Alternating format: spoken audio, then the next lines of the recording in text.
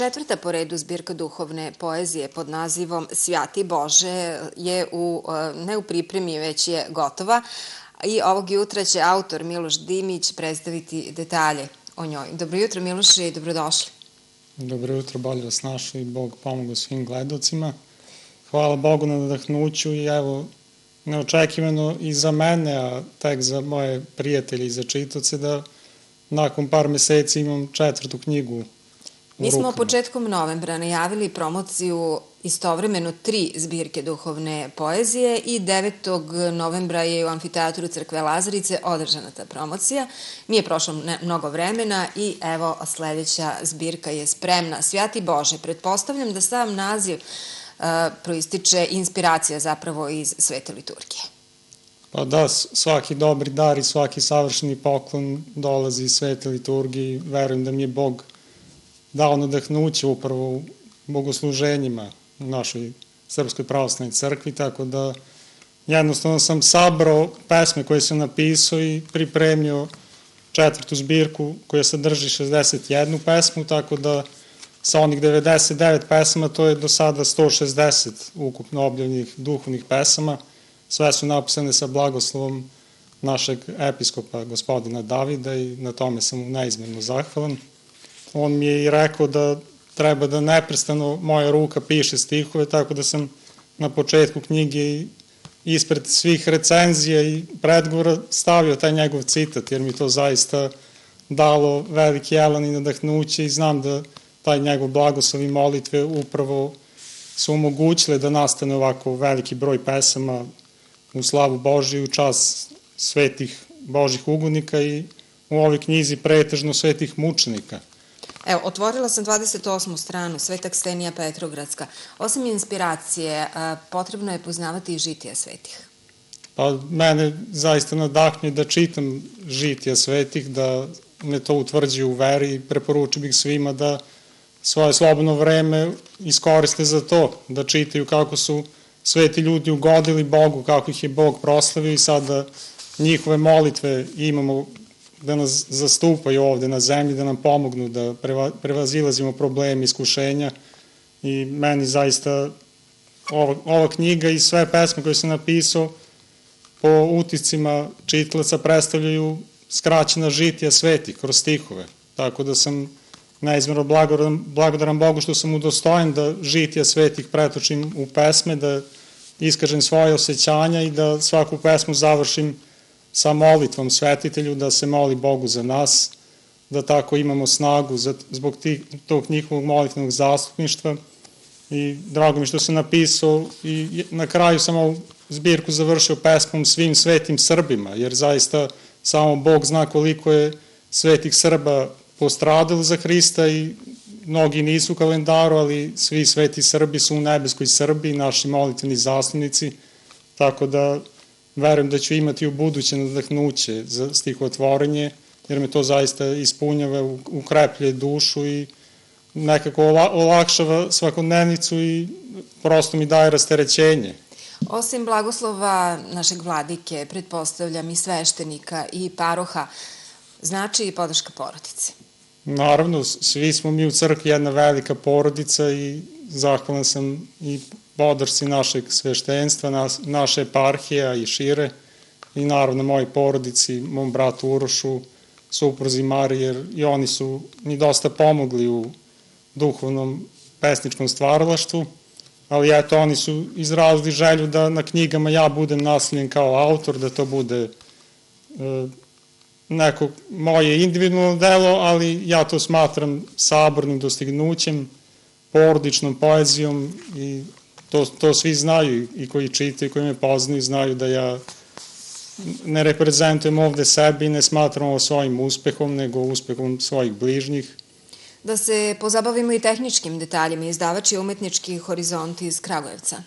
Da, gospodin Saša Mićković iz Kragujevca je pre nekoliko godina osnovao Umetnički horizont i mi smo davno i ostvarili saradnju sa njim kada je objavio jednu zbirku pesama posvećenih Svetom patrijarhu Pavlu i tada su se i naše pesme našle u toj zbirci i sećam se da me on tako s vremena na vreme posticao da su pesme kvalitetni, da treba i da imam zbirku, ali ja tada to nisam shvatao kao poduhvat koji mogu da dostignem. Međutim, kada sam mu poslao 3 zbirke koje sam mu objavio, on se oduševio i mi smo vrlo lako se dogovorili za ovu 4. zbirku. Zaista je uradio u veoma kratkom roku i zaista zahvalan sam mu i preporučujem svima, jer on je mnogim neafirmisanim piscima i pesnicima pomogao da imaju izdanje. Mnogo knjiga je objavio u proteklo vreme i zaista je ovo bio Božji promisao da u Kragujevcu, znači, bude završena ova knjiga, poslao mi je poštom paket i evo sad imam u rukama, polako ću da promovišem i ovu knjigu zajedno sa prethodne 3, jer je pre nekoliko meseci objavljen taj triptih duhovnih pesama. Da, to je sledeće pitanje. Gde i kada možemo očekivati promociju nove knjige? Ako Bog da, kad se prolepša vreme, imaćemo ovde u gradu, imaćemo u nekom skorijem periodu. Ona promocija u crkvi Lazarice je zaista bilo nešto izuzetno i veoma lep duhovni događaj za nas. I sećam se tada kada je starešina crkve, otac Željko Marković, rekao ovo je samo početak. On je rekao ovo je početak ove 3 knjige, a kraj neka bude u Bogu. I to su bile njegove lepe reči, molitvene želje. Eto, ja sam iz poslušanja prema majci crkvi nastavio da pišem, da stihotvorim i neplanirano objavio i ovu 4. knjigu. Kako bude dalje, isto ništa ne planiram. Po nadahnuću ću pisati, hvala Bogu, i dalje postoji. Ljubitelji duhovne poezije, a i vernici, gde mogu i kako doći do ove knjige? Pa najbolje da kontaktiraju mene, pošto sam sa izdavačem postigao takav dogovor da svi primjerci budu kod mene, ja ću to promovisati.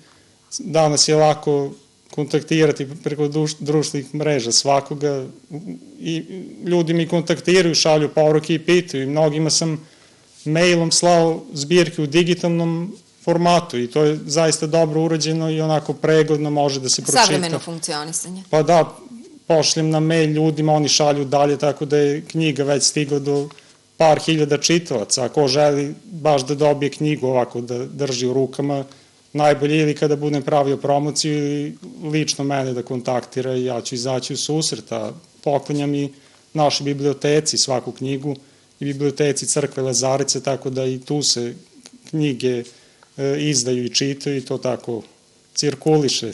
Videla sam da na društvenim mrežama redovno objavljujete duhovnu poeziju. Da li su to te pesme koje se nalaze i u zbirci? Pa objavljam sve što sam napisao. Kad god napišem uoči praznika svetitelju, ja tada objavljam, a pesme sam sabirao od prve do zadnje ovih 160, sabirao sam tako bez nekog plana i programa. Jednostavno našli su se u zbirci sada 61 pesma, prethodnih 99, tako da je sve to što sam pisao sabrano, stavljeno među korice i dato na dar čitocima. Hvala Miloše, najlepše na gostovanju u jutarnjem programu. Mi ćemo informisati naše gledalce o budućoj promociji, naravno propratiti kada to bude i uvek podržati rad. Hvala, ja bih da pročitam samo jednu pesmu na kraju. Naravno.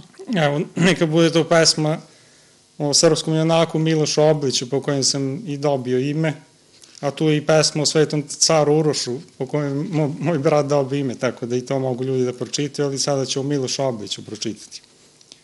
Oličenje srpskog junaštva i hrabrosti, nepokolebljivosti i neustrašivosti, bez trunke kukavičluka i plašljivosti, srpski vitez i vojvoda plemenitog roda, Miloš Oblić je ponos našeg naroda, u kom probuđuje uzvišeno osjećanja, na Kosovsku bitku su nam sveža sećanja.